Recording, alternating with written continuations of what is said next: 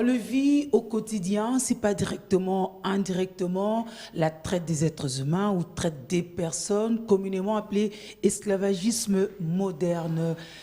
L'humanité consacre la date du 30 juillet à la dignité des victimes de cette forme de traite. Et en République démocratique du Congo, le tableau est peu reluisant. Félix Tshisekedi le sait en tant que président de la République démocratique du Congo, mais aussi président en exercice de l'Union africaine, parce que justement, ces formes de traite dépassent la portée que nationale ou continentale.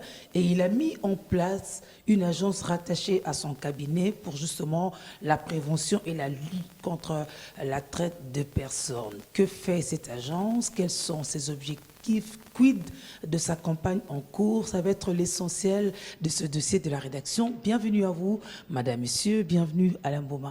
Merci, Julie Sefou. Et pour en parler, nous recevons Monsieur Éric Coucou. Il est coordonnateur adjoint de l'Agence pour la prévention et la lutte contre la traite des personnes. Bienvenue, Monsieur Coucou. Merci. Alors, vous êtes aussi substitut du procureur près la Cour d'appel de Kinshasa. Notre première question, c'est quel est l'état des lieux de la traite des personnes en République démocratique du Congo? Parler d'état de lieu, c'est une question qui est très diversifiée, très ouverte. Je dirais que la traite des personnes est une réalité en République démocratique du Congo, tout comme dans le monde entier. Maintenant, parler d'état de lieu, je voudrais commencer sur la branche juridique. Quand on parle de la traite des personnes, c'est-à-dire de l'esclavage moderne, de l'exploitation des personnes par d'autres personnes à des fins lucratives, réalité existante bien sûr en République démocratique du Congo, la première question, quand on est dans la branche juridique, c'est celle de se poser la question de savoir, excusez la redondance, s'il existe un texte légal qui incrimine et sanctionne ce comportement. Nous n'avons pas une loi générale en la matière, ça n'existe pas, et c'est sur cette question que l'Agence pour la prévention et la lutte contre la traite des personnes est en train a déjà monté un avant-projet de loi pour que, après le travail du gouvernement, que cet avant-projet devienne une loi au niveau du Parlement. Donc la première question, c'est de savoir s'il y a une loi. Il n'y en a pas, mais nos textes légaux existants, ceux qui répriment certaines infractions, tant dans le Code du travail, parce que dans le Code du travail, il y a des dispositions qui répriment également des infractions, que dans le Code pénal, il existe certaines dispositions qui répriment la traite de personnes vue comme travail forcé, service forcé, vue comme exploitation sexuelle, ou incitation à des pratiques sexuelles déroutantes. Donc nous avons une panoplie de dispositions légales et réglementaires qui existent en République démocratique du Congo qui nous permettent déjà à ce stade de réprimer ce crime organisé sur le plan international, mais nous focalisons sur l'avant-projet de loi pour que nous ayons une loi, c'est ce que veut l'agence, une loi qui de manière générale va prendre en compte toutes les formes de traite des personnes et donc de combattre. Et M. Coucou, si réellement, s'il y a déjà des dispositions au niveau de nos textes qui luttent contre cette forme de traite, et pourquoi vous tenez à ce qu'il y ait une loi spécifique par rapport à ça? Nous y tenons parce que la République démocratique du Congo a adhéré à la Convention de Palerme et au protocole additionnel à cette convention. Je voudrais ici, à l'attention des téléspectateurs, dire qu'il s'agit pratiquement en ce qui concerne la traite des personnes, du protocole additionnel à la Convention sur la criminalité transnationale organisée, tendant à prévenir, à réprimer et à punir la traite des personnes, en particulier des femmes et des enfants. Alors, en application de ce protocole additionnel à la Convention dite de Palerme, la République démocratique du Congo est tenue d'avoir une loi d'ordre général sur la traite des personnes. Donc c'est par rapport au respect de cette convention, premièrement. Et deuxièmement, on ne peut pas appliquer, pour combattre un phénomène qui est diversifié, comme le crime qu'on appelle traite des personnes, qui est un crime transnational, donc qui traverse les frontières, on ne peut pas le combattre avec de textes épars. Donc il faudrait avoir un texte qui aura l'objectif ou la mission essentielle d'avoir 4 approches que nous appelons 4 P. Premièrement, la prévention. Deuxièmement, la protection. Ensuite, nous aurons le partenariat. Et enfin, prévention, protection, partenariat et poursuite. Voilà. Les 4 P doivent être respectés dans le cadre d'une loi que nous devons mettre en place. C'est dans cette optique que nous tenons absolument que cela soit fait. Et quelles sont les formes de traite qui sont observées ici en RDC? Il y a plusieurs formes de traite. La traite, qui est une exploitation, peut se manifeste le plus souvent dans l'exploitation sexuelle. Généralement, c'est dans le fait de la prostitution forcée. C'est lorsqu'on tire profit d'une prostitution forcée qu'on appelle au code pénal le proxénétisme. Donc, vous poussez de force des personnes à se prostituer, elles n'en tirent pas profit, mais vous qui êtes le trafiquant, le bourreau, vous en tirez profit. L'exploitation peut également se traduire sur le plan laborieux, c'est-à-dire par le travail forcé ou les services forcés. Mais on y inclut également certaines formes de travaux qui ne sont pas forcément à caractère forcé, mais qui se font dans des conditions d'indignité humaine. On inclut également cela. Par exemple, vous employez une personne qui pendant plusieurs années travaille pour vous, mais vous ne le payez pas. On ne peut pas comprendre que quelqu'un travaille et qu'en contrepartie, il ne touche pas de salaire. Ça ne se comprend pas. Et s'il n'y a pas de rendement? Même s'il n'y a pas de rendement, mais lorsque vous employez une personne dans une entreprise, on ne peut pas parler de travail s'il n'y a pas contrepartie, une rémunération. Ça n'a pas de sens. On ne peut pas employer quelqu'un et commencer à le frapper pour qu'il travaille. Alors, tout le travail qui se fait dans des conditions d'indignité avérées, on peut également le considérer comme la traite des personnes. Il y a aussi ce qu'on appelle la servitude domestique, parce que l'exploitation peut également avoir lieu au sein de nos familles. Je prends l'exemple d'une jeune fille que vous prenez du village, elle vient chez vous. Généralement, c'est ce qui se passe dans la plupart de nos familles. Ça, c'est ce que nous appelons une exploitation silencieuse. Donc, vous exploitez la personne, elle vient chez vous, elle fait la nounou, elle lave tout, elle fait tous les travaux, vos enfants ne font rien. Elle n'a pas le droit d'aller à l'école. Jusqu'à son âge adulte, cet enfant que vous avez fait appeler du village n'a pas eu droit aux droits élémentaires qu'on peut donner à un enfant. C'est donc une forme d'exploitation silencieuse que la société a acceptée, mais qui n'en est pas une. C'est-à-dire qu'il ne faudrait vraiment pas que l'on puisse profiter de l'état d'une personne, de l'état de vulnérabilité d'une personne pour faire d'elle ce que l'on veut. C'est ça, en fait, l'indice principal de la traite des personnes.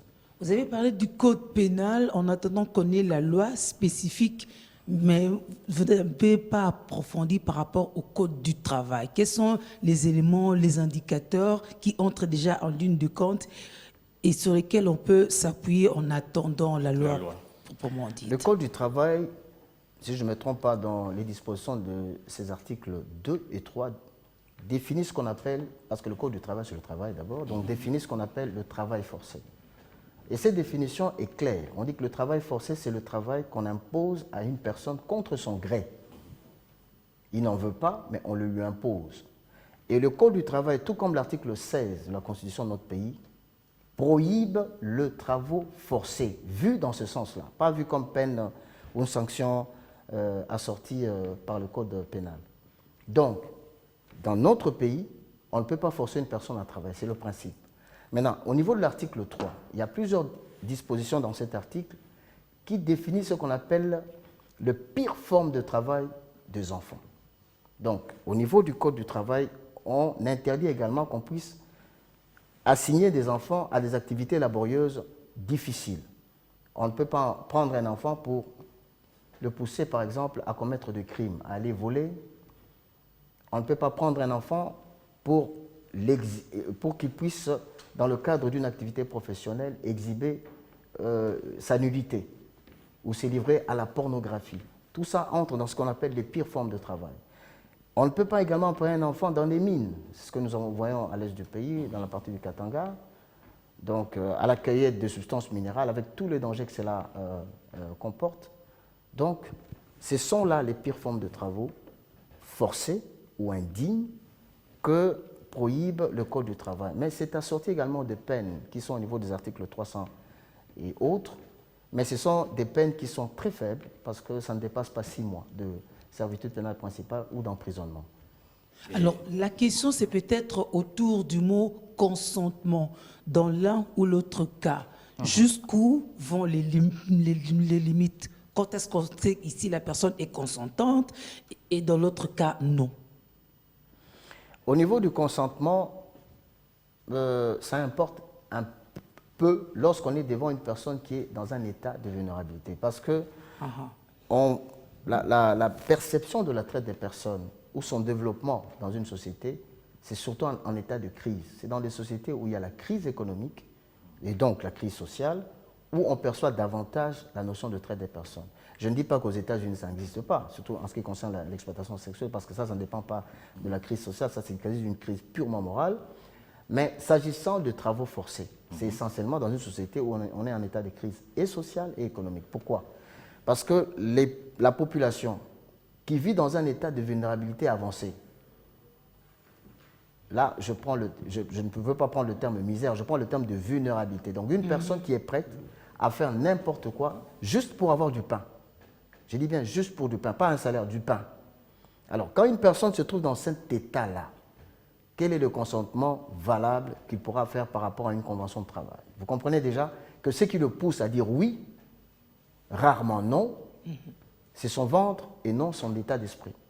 Et donc, c'est dans ces conditions-là que dans la traite des personnes, généralement, même si la personne consent à faire une activité d'ordre professionnel, et là nous sommes dans la logique du travail forcé, ce n'est pas parce qu'il le veut forcément, mais parce qu'il veut se sortir d'une situation de vulnérabilité.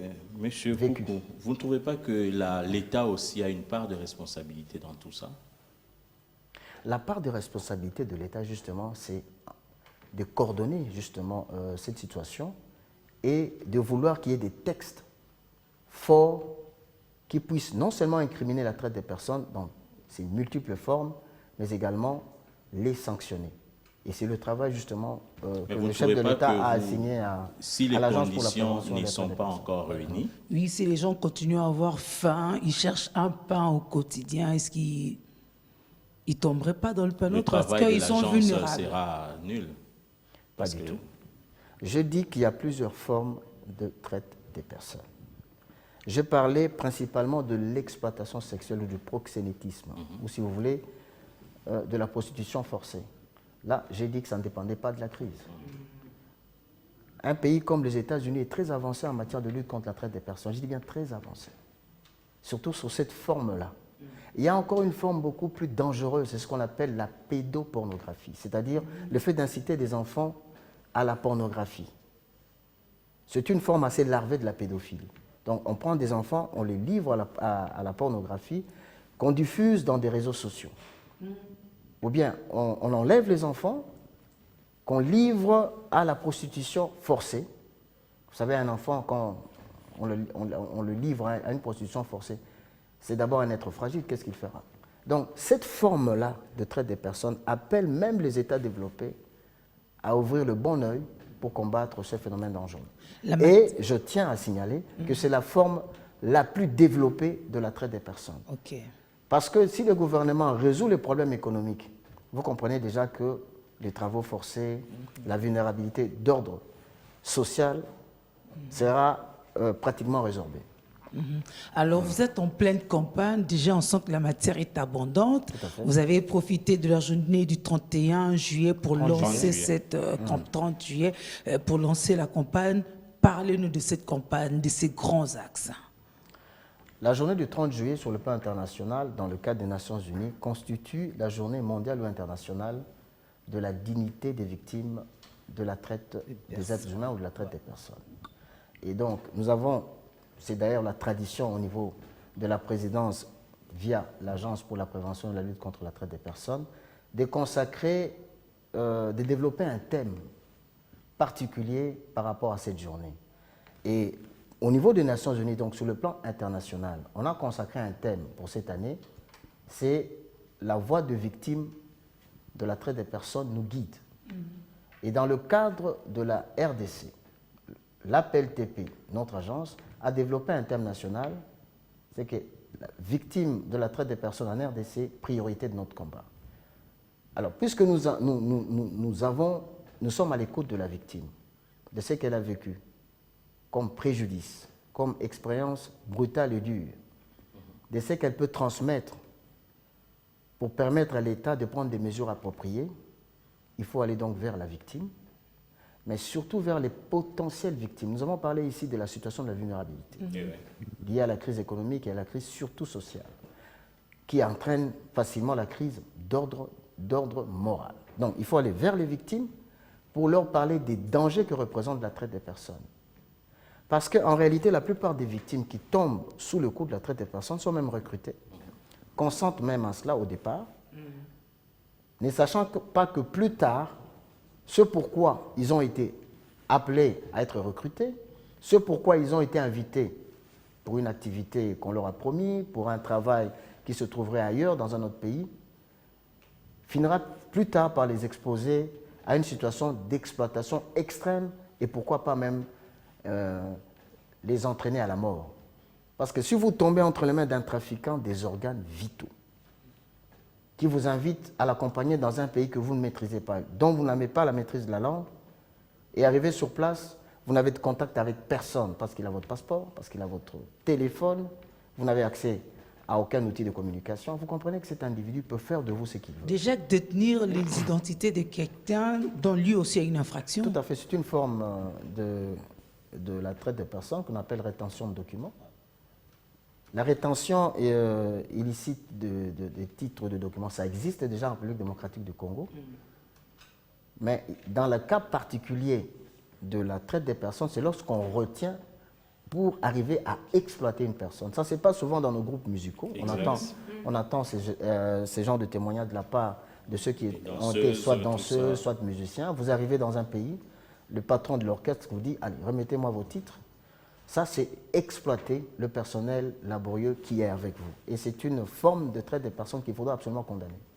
Donc, il faut travailler avec des gens et leur faire confiance. S'ils ne respectent pas, évidemment, les conditions de travail, il y a ce qu'on appelle le licenciement. Mais on ne peut pas mettre une personne dans un joug d'exploitation. Ce n'est pas admissible en matière de la Convention sur la criminalité transnationale organisée. Victime de la traite des personnes, priorité de notre combat. Comment l'appel-t-il fait pour aller vers ces victimes? Nous avons, par rapport aux mesures draconiennes prises par son Excellence le chef de l'État, M. Félix-Antoine Tshisekedi, et qui, du reste, participe à la protection sanitaire de la population, comme on ne sait pas faire des rassemblements de masse, nous avons opté pour une campagne de masse, mais de proximité. C'est-à-dire, nous avons déployé nos agents à travers, c'est une expérience que nous sommes en train de palper au niveau de la ville de Kinshasa, à travers tous les 4 coins de la ville de Kinshasa, afin de parler des visus avec la population, avec des flyers, si vous voulez, des dépliants, qu'on leur remet. Et cette campagne porte de fruits, et je pense que si la presse nous accompagne, la population va remarquer l'intérêt que les Kinois portent sur cette question, parce que nous savons tous, on le dit, « Bate kakabana »,« Bois kakabana ». Donc ce sont des expressions que l'on a l'habitude de dire, mais ça a des conséquences sur la vie de ces enfants qu'on jette dans la rue, parce qu'il y a des gens qui les récupèrent pour les exploiter autrement, soit à la mendicité forcée, parce que cet enfant n'a pas un lieu où habiter. Donc s'il tombe entre un papa qui lui demande d'aller mendier et de lui ramener de l'argent, c'est ce qu'il fera peut-être toute sa vie. Donc l'enfant sera privé de l'école. C'est ce que nous faisons voir aux familles, qu'il est dangereux donc de laisser les enfants sans protection. Les enfants, ce sont des êtres fragiles. Nous sensibilisons également les femmes, parce que l'exploitation sexuelle, comme on l'a dit, c'est la plus prononcée sur le plan international. Donc nous allons vers la population dans une optique de prévention. Et en retour, ce que nous récoltons, c'est des cas de dénonciation avérés. Au niveau de aussi beaucoup. Effectivement, au niveau de Boumba, on a découvert des enfants qui sont livrés à la mendicité forcée. Et après quelques enquêtes, on a trouvé que c'était des enfants qui étaient rejetés par leur propre famille et qui se sont retrouvés entre les mains des personnes qui ont accepté de les prendre, mais qui les exploitent. Ça, c'est la traite des personnes. Et donc, c'est en allant vers la population que nous avons compris cela. Nous avons également compris beaucoup de choses, notamment la méfiance de la population envers certains services de la police, de la place. Je ne voudrais pas donner des précisions parce qu'il faut réserver la primeur à l'autorité politique et aux autorités policières et judiciaires pour que des mesures soient prises par rapport à cela. Parce que la question que l'on pose à beaucoup de personnes, pourquoi vous ne dénoncez pas ce cas? Nous avons eu à dénoncer, mais ça se répète. Donc, il faut travailler là-dessus, dans la politique de la campagne. C'est pourquoi il faut aller vers les victimes pour savoir ce que les victimes vivent comme situation difficile et savoir, à travers leurs expériences ou le constat des expériences, pour les enfants, l'enfant n'aura qu'à raconter ce qu'elle aura rencontré, mais il faut constater ce que l'enfant vit. C'est ce que nous allons traduire en termes de mesures politiques, parce que nous ne sommes qu'au niveau de la coordination, que nous allons donc présenter à l'autorité compétente qui prendra des mesures qui s'imposeront. Vous avez besoin de combien de temps pour la campagne en vue de concocter les données? Par rapport aux missions, ou si vous voulez à la mission principale des préventions assignée à l'Agence pour la prévention et la lutte contre la traite des personnes, la campagne de sensibilisation, c'est ad vitam aeternam. Okay. C'est-à-dire, tant qu'on sera encore vivant, tant qu'il y aura encore cette agence, il faudra absolument qu'il y ait une campagne de sensibilisation, surtout en termes de prévention.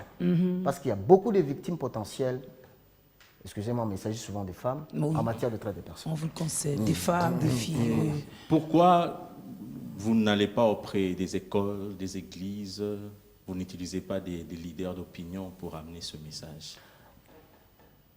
Il y a ce qu'on appelle, parce qu'avant de commencer d'assurer l'exécution de nos missions dévolues dans l'ordonnance qui crée l'agence, l'ordonnance numéro 027/2019 du 22 avril 2019, nous avons élaboré et fait valider un plan stratégique national sur la prévention et la lutte contre la traite des personnes.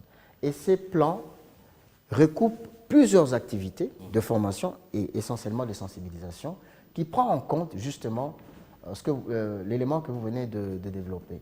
Mais avant d'aller vers le leader, je pense que la B1 nous accompagne au moins dans la phase de la formation, vous avez été là. Nous voulons d'abord soit renforcer les capacités, soit former ces leaders à la notion ou aux notions de la traite. Parce qu'on ne peut pas aller vers des leaders ou demander une ouverture à travers les églises, à travers les écoles, si les promoteurs des écoles, si les pasteurs ou prêtres et tout ce monde-là, les leaders sociaux-politiques, ça dépend de quelle unité institutionnelle on voit, si lui-même ne maîtrise pas la notion de la traite, parce qu'il faudrait que quelqu'un vous introduise, explique la notion, pour qu'au niveau de l'agence ou de ceux qui seront délégués à le faire, nous puissions porter le message fort des dangers que représente la traite des personnes dans ses différentes formes au niveau de la population. Donc la population vit la traite, vit à côté des victimes de la traite sans mesurer la dangerosité de leur sort. Et c'est ces messages qu'il faut porter à la population en des mots simples et au langage compréhensible par cette population, notamment pour la ville de Kinshasa, c'est le Lingala. Et dans d'autres provinces, on devra absolument utiliser la langue qu'il faut, même vernaculaire, pour la compréhension facile de la notion de traite, ce qui ne sera pas aussi facile parce qu'il faut comprendre que la traite des personnes, tout comme le terrorisme ou le blanchiment des capitaux, ce sont des infractions sur le plan international qui ont été conçues et définies par les experts des Nations Unies. Donc ces définitions-là, même en termes terminologiques, en termes de traduction en langue, ça a posé un problème. Parce qu'en anglais, on parle de trafficking human, pour parler de traite des personnes, mais en anglais, on dit traite des personnes, qui peut prêter à confusion, parce que le mot trafic a un peu disparu. Donc vous comprenez déjà que si au niveau des langues utilisées dans l'espace des Nations Unies, il y a ces dénivellements à travers des définitions, nous devons faire attention dans le message que nous aurons apporté au niveau de la population. Qu'en est-il de la protection des témoins? Tout à l'heure, vous avez frôlé des difficultés avec la police. On vous concède la primeur réservée à acquis des droits. Mais nous qui allons dénoncer, qu'est-ce qui garantit notre protection pour continuer à collaborer? Pour répondre à cette question, je reviens à la philosophie même de la Convention sur la criminalité transnationale organisée. Pourquoi on est arrivé à cette convention? Pourquoi on parle de la convention de Palerme? Palerme, c'est une ville italienne. Oui. Il faut penser au juge Falcone, qui a combattu la mafia. Donc, le principe de la traite des personnes est tiré de tous les principes d'ordre criminel liés à la mafia, la Cosa Nostra. C'est-à-dire, ceux qui font la traite des personnes, ceux qui assurent ce genre de trafic, il s'agit d'abord d'un réseau de criminels, nationaux et étrangers, parce que c'est une sorte de web, donc il y a des tissus sur le plan national et à l'étranger, qui sont extrêmement organisés et qui malheureusement ont des moyens colossaux, c'est-à-dire des moyens financiers. Exactement. Parce qu'ils font la traite, ils font ce genre d'exploitation, ce genre de criminalité. Ce sont des criminalités souvent liées. Ceux qui font la traite, ils sont également dans la mafia ou des histoires pareilles. Alors, qu'est-ce qui se passe? Puisqu'ils ont des moyens, vous comprenez ce que la mafia fait. Elle domine les institutions.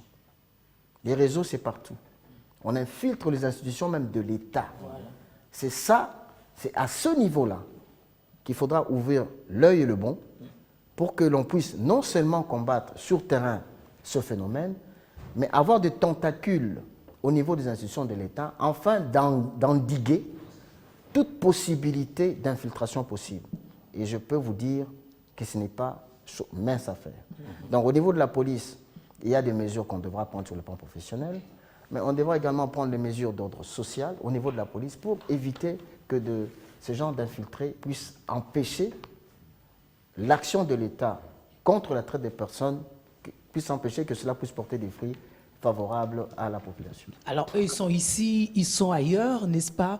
Vous, en tant qu'agence spécialisée, quelles sont vos relations avec les structures sœurs? Parce qu'il faut travailler aussi en partenariat, faire comme ce que vous combattez, justement. Nous avons dit prévention, protection, partenariat et poursuite. On ne peut pas combattre un crime organisé sur le plan international qui traverse les frontières sans être en partenariat avec toutes les institutions qui sont à même justement d'apporter une action contre ce crime. C'est pourquoi même dans l'organisation de l'Agence pour la prévention et la lutte contre la traite des personnes, nous avons la coordination qui comprend 3 coordonnateurs et son personnel d'appoint. Mais nous avons également ce qu'on appelle la commission technique des experts. Et dans le premier partenariat commun est d'abord d'ordre institutionnel, c'est-à-dire l'agence en son sein comprend tous les experts des différents ministères qui peuvent intervenir contre la traite des personnes, ministre de la Justice, des Affaires étrangères, là je vois l'aspect international, ministre des Affaires sociales, parce qu'on voit les enfants, la vulnérabilité des femmes, des victimes qu'il faut prendre en charge, ministre des Droits humains, qui est le ministère par excellence qui combat toutes les violations graves des droits de l'homme, mais il y a également des services spécialisés de l'État, l'ANER, qui est dans les renseignements.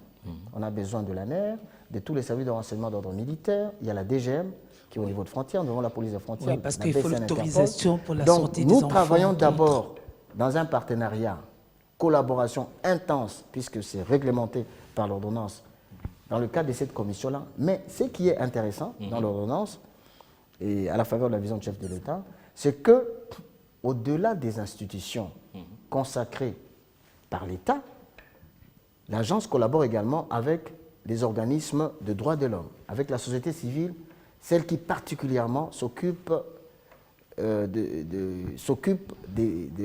la vulgarisation des droits humains et qui lutte pour que ces droits soient respectés, particulièrement en ce qui concerne la lutte contre la traite des personnes, parce que là, ça vante la dignité humaine. Donc, cette collaboration est intense, et si l'on revient à la protection des témoins, là, on est dans la phase des poursuites. Oui. On est dans la phase de poursuite, c'est-à-dire on a identifié les auteurs, si possible leurs complices, et donc il faut garantir alors la sécurité des témoins. Cela se fait en fait à l'image de ce qu'on a vu à la Cour pénale internationale, c'est-à-dire on ne peut pas arriver à une efficacité d'instruction, à une efficacité de condamnation efficiente si au départ on n'a pas protégé les témoins et recueilli d'eux un témoignage objectif et valable. Et est-ce que vous entretenez aussi des relations avec des structures similaires à travers le monde? Tout à fait.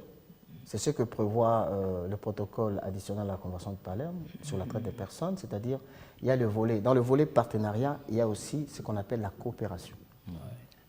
On ne peut pas lutter contre un crime qui dépasse vos frontières sans collaborer avec les autres États.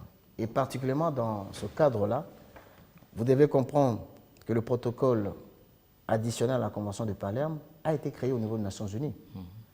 Les Nations Unies, c'est le cadre par excellence de collaboration sur le plan international contre la traite des personnes. Mais sur le plan régional, nous avons la SADC qui collabore de manière très intense, du moins dans sa section qui est représentée en Afrique du Sud, avec la section de l'ONUDC qui agit en Afrique du Sud avec la SADC, collabore de manière intense avec la République démocratique du Congo parce que nous voulons installer ce qu'on appelle le système national de la collecte de données. En matière de traite des personnes, il faut collecter les données des cas qu'il faudra échanger avec les autres États, non seulement pour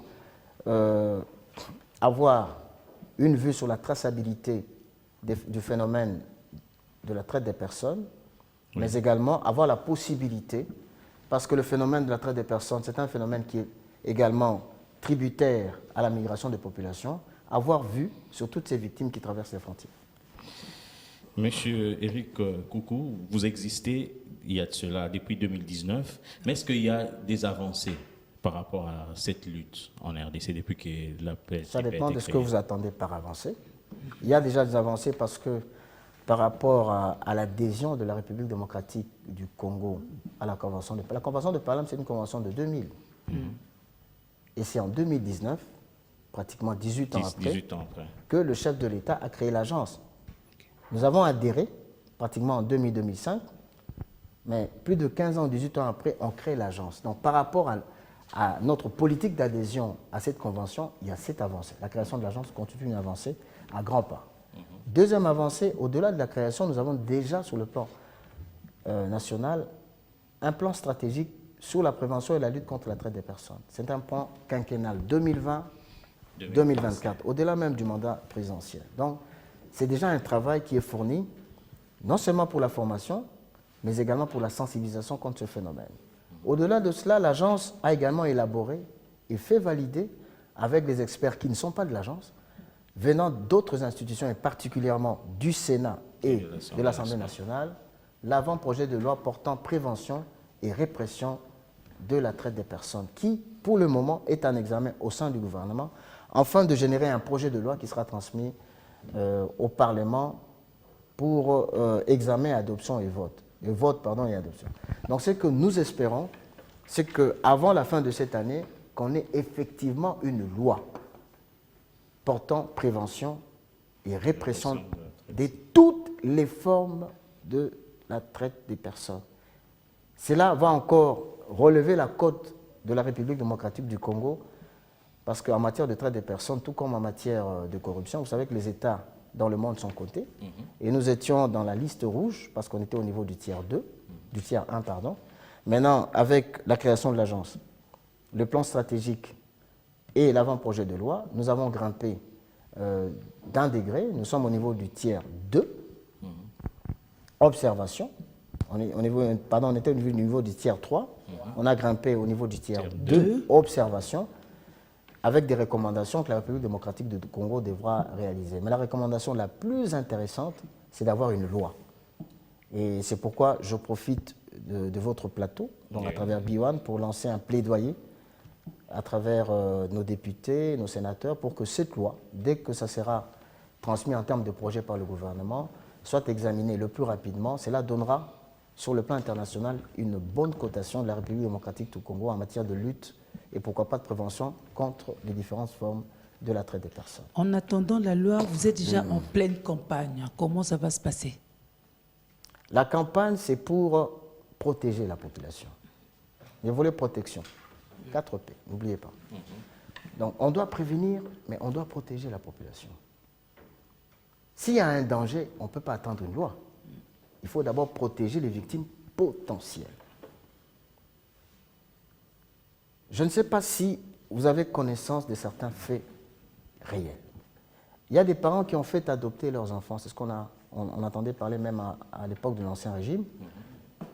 Des mesures ont été prises au niveau de la Direction générale de l'immigration pour que la sortie d'un enfant vers un pays étranger soit assortie des conditions très drastiques. C'est-à-dire qu'il faut que les parents, vraiment les parents de l'enfant, soient au courant de la situation. Et même si vous sortez avec votre propre enfant, il faut une autorisation spéciale de la DGM. Pourquoi? Parce qu'on avait constaté, et c'est un phénomène qui existe jusqu'à aujourd'hui, que certains parents, entre guillemets, vendaient leurs propres enfants. C'est-à-dire, lorsque vous livrez, c'est prévu du reste, heureusement que c'est prévu, ça c'est prévu légalement, c'est l'article 162 de la loi, sur la loi portant protection de l'enfance, c'est une loi de 2009. Donc si vous lisez cet article, on dit la vente des enfants, la traite des enfants. Donc sous forme d'adoption, mais en réalité, la famille ou des personnes qui ne sont même pas les parents de cet enfant l'ont vendu. Là, je parle des enfants qui sont dans les orphelinats. Vous y allez aujourd'hui, vous trouvez 15 enfants à qui du reste on a donné des noms qui ne sont pas les leurs. Vous êtes journaliste, vous pouvez faire des investigations. Mais vous passez quelques mois après, vous ne trouvez plus ces enfants, vous en trouvez d'autres.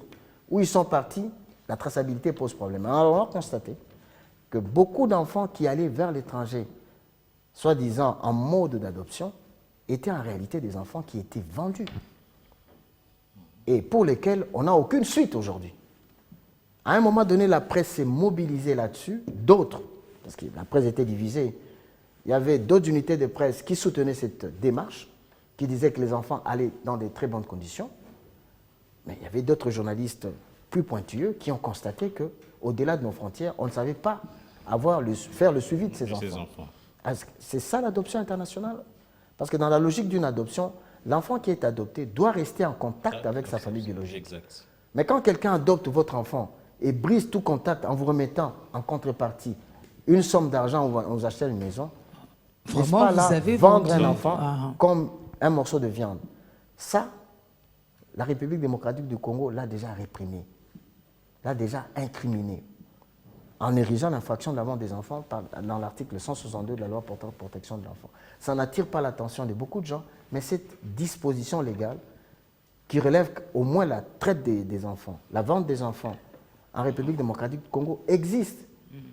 Et les peines sont plus de 10 ans de servitude pénale principale ou d'emprisonnement. Et je pense que nous devrons, et c'est ce que nous faisons dans l'agence, quand nous formons les acteurs de première ligne, et quand nous parlons de première ligne, c'est-à-dire ceux qui peuvent directement combattre ce phénomène, nous pensons aux magistrats, par magistrats, donc les officiers du ministère public, magistrats du parquet, ou les juges, qui doivent absolument, et je lance un plaidoyer là-dessus, mettre en exergue cette disposition.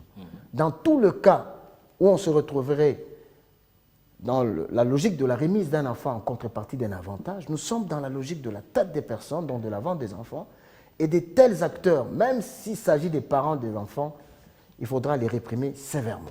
Et dans la logique où un agent de la DGM laisserait sortir des frontières nationales un enfant sans document, il tombe aussi de la traite des personnes et passible de sanctions. Il y a évidemment une complicité. Et je ne comprendrai pas, au moins de ce côté-là, nous devons quand même jeter des fleurs au niveau de la DGM. C'est assez rare de voir la DGM se permettre ces genres de travers dans nos frontières. C'est assez rare. On est quand même assez dur de ce côté-là. La DGM est dure de ce côté-là et j'en profite pour le jeter de fleurs. En attendant la promulgation de la loi, d'abord l'examen de la loi au niveau des deux chambres du Parlement, sa promulgation par le chef de l'État, je suis témoin d'une forme de traite des personnes. Que dois-je faire? Qui contacter? La police, le parquet. Il y a des institutions judiciaires qui existent pour réprimer une infraction. Mais dans le cas d'espèce, lorsque la traite concerne un enfant, il y a déjà une loi qui existe. L'article 162. Je répète cet article. On ne dise pas que ça n'existe pas. B1 a donné l'occasion aux téléspectateurs de comprendre. La traite des enfants est très prononcée en République démocratique du Congo. Un enfant, c'est celui qui n'a pas encore 18 ans. Donc, si vous voyez un enfant exploité sexuellement, de 15 ans, de 16 ans, ces exploitations, on les voit d'ailleurs à travers des réseaux sociaux, de manière diversifiée. On veut, dans le phénomène où Jeanne, par exemple, on voyait des jeunes filles s'exhiber en mimant certaines histoires d'une approche pornographique, mais des adultes à côté en train de les filmer et tout ça. Ça, c'est une exploitation d'un enfant. C'est déjà un cas de traite de personnes qu'on peut poursuivre et dénoncer devant la police en faisant ressortir les dispositions de l'article 162. C'est à cela, et d'ailleurs à travers vous, que sert notre campagne. C'est de faire voir à nos unités de police et aux magistrats qu'il y a déjà des dispositions qui répriment ce phénomène en ce qui concerne les enfants. Or, la traite des personnes en République démocratique du Congo, particulièrement dans nos cités urbaines, est très prononcée en matière des enfants.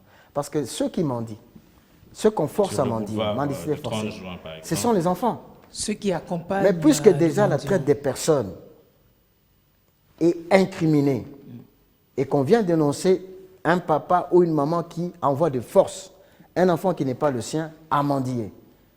Donc il y a une disposition qu'on peut mettre en exergue et donc dénoncer valablement. Mais le problème se posera lorsqu'il s'agira alors d'un adulte. Parce que lorsque la victime a 18 ans révolus, on ne va pas appliquer la loi portant protection de l'enfant, qui ne concerne que ceux qui n'ont pas encore 18 ans. Là, à ces moments-là, et à cela servira également la campagne parce qu'elle est diversifiée, nous allons mettre un package de dispositions légales qu'on peut appliquer pour certaines formes de traite des êtres humains. Lorsque c'est sur le plan sexuel, la prostitution forcée, vous avez identifié un proxénète, c'est déjà puni. Le proxénétisme est durement puni par notre code pénal. Je m'excuserai de ne pas donner une disposition que je n'ai pas en tête pour le moment, mais le proxénétisme est puni. L'esclavage sexuel, qui est une forme de traite des personnes, est également, heureusement d'ailleurs, puni en République démocratique du Congo. Il y a une disposition qui existe dans le code pénal. Ces dispositions qui sont venues renforcer le code pénal viennent en fait d'un texte particulier qui est intervenu en 2006, c'est la loi portant violence sexuelle. Il y a toute une panoplie de dispositions contre les violences sexuelles qui se sont déversées pour modifier le code pénal et qui apportent un point fort à la lutte contre la traite des personnes pour le moment, en attendant l'avènement de cette loi, c'est-à-dire pour les formes d'exploitation quelconque.